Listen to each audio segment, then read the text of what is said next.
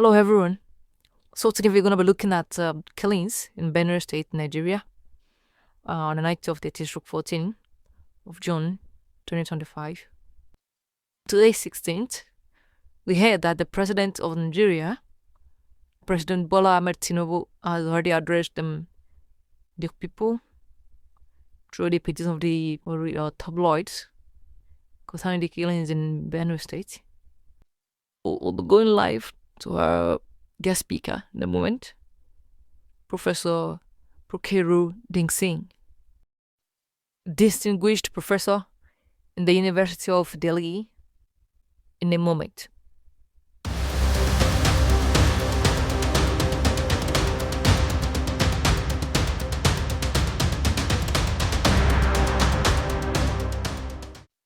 Welcome back.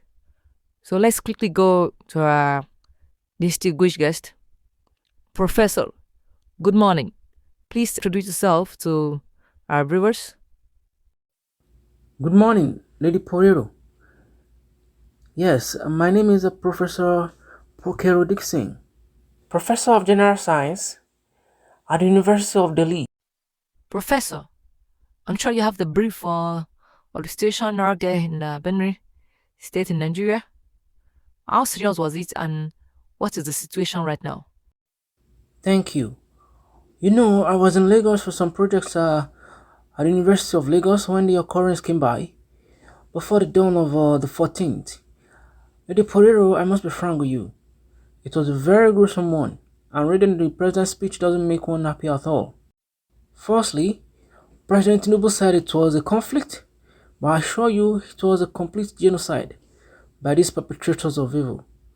They killed, maimed, cut, burnt, sliced, diced, and shot those helpless inhabitants, and it is a very, very disheartening thing to witness.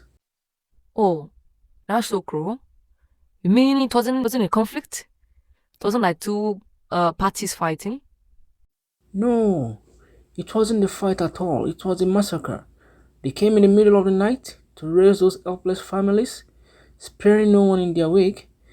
Some of the villagers were able to actually flee the scene at the moment. Those are the only ones who survived the mass murder. That's very serious. So how do you address this and what do you think the government should have done by now? See, these killings have been going on for a very long time, no? Personally, I do not want to believe the government is not aware of the whole thing. In fact, I'm more convinced that the government has chosen to turn deaf ears simply because they are armed to some mischiefs with these killers. No, because the president using the word conflict or dialogue and reconciliation is totally unbefitting, and it tells a lot that either the president wasn't well briefed, which will be an enormous act by his media group, or he was well briefed but chose to twist the narrative, which would be a treasonous act. I want to believe that the government is not weak and know quite well that and what it ought to do. In such a gruesome and serious situation, as chief security officer of that nation, and choosing to delay the visit till 4 or 5 days after that kind of unpleasant incident is very saddening. It goes to show a lot. Take for instance the air crash in my dear India. The prime minister was at the scene in hours. Went straight to the sea to see the sole survivor. Also, and has been on a continuous visit since then. Meetings, checks, dialogues, and the rest of it. It says a lot. Okay, Professor, thank you. That's all we have time for today.